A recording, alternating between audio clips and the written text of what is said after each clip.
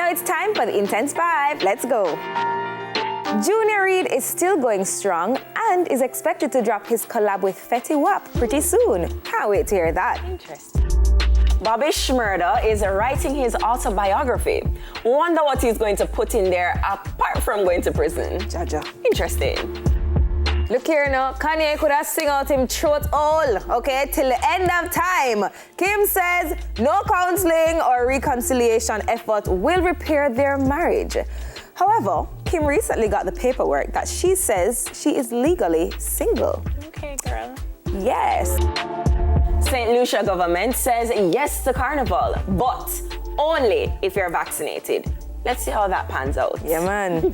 And finally holding the spot this week, extended curfew hours, but no parties are getting permits, according to local government minister. Okay. That's it for the Intense 5 tonight. Remember to follow us on IG at TVJ Intense. Up next, Queen Ifrica talks new music, and she has a message for the PM. And it's probably not what you're expecting. We'll soon come.